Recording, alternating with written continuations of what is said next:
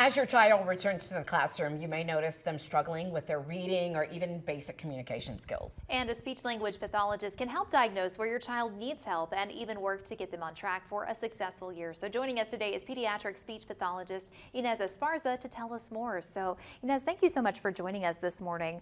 This is the time where we're seeing a lot of kids going back to school, and especially post-pandemic, kids have not had quite as much socialization. So the COVID era kids are going either to pre-K or going into kindergarten, and they may be a little bit behind developmentally. So what could you tell us? Right, it's especially important to keep an eye out now because research is emerging and it's showing that speech and language delays are being diagnosed twice as much as right before in 2019.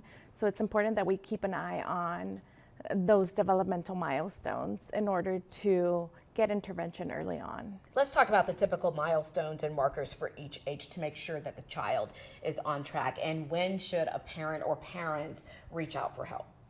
Okay, so at about 1, babies are babbling. They should say mama and dada and maybe 1 or 2 words. As far as what they understand, they should be able to understand no and respond when their name is called.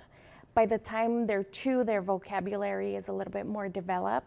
This is when they start putting 2 words together. So in order to do that, they should have about 50 words.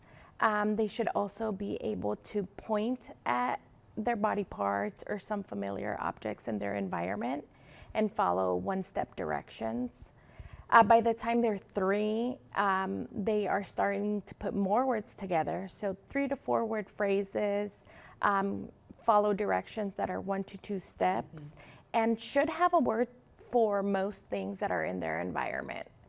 Now that we get to 4 is when they should be talking up a storm. Most of what they say should be understood clearly by the parents, and about 75% of what they say by someone that's unfamiliar.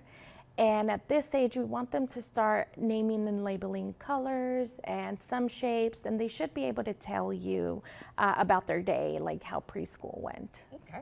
Absolutely. So some simple signs that parents should be on the lookout for and know when to reach out for professional help. Definitely if there's, at 1, they're not making any sounds. By 2, if they don't have at least 50 words. By 3, if they can't understand simple directions or it seems like they're ignoring you. And by 4, if you can understand what they say, if they're not clear, it's time to seek help from a speech-language pathologist. What could be the underlying problems for those type of speech issues? Sometimes they don't have the opportunity. This is the interesting what COVID has shown us. Yes. We couldn't socialize. Kids Not a couldn't mask. We couldn't talk to other kids, go out. Parents, we had to find things to do with our kids. Maybe we stuck them with a little bit too much YouTube. I did too. Me too. So those things could have caused those delays. Okay.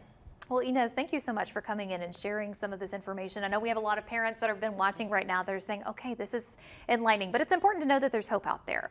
Yes. There's hope and help. Early intervention is key. We used to wait and see. We don't do that anymore. It's better to just get a screening, get it done, and get some help. What would you say the percentage of children that you've worked with overcome those speech issues and they're talking up a storm? Oh, most do. Most do, especially by the time that they're 5 and they're getting ready to go to school. The earlier you catch it, the better outcomes. Thank you. Fantastic. Thank you so much. Back in a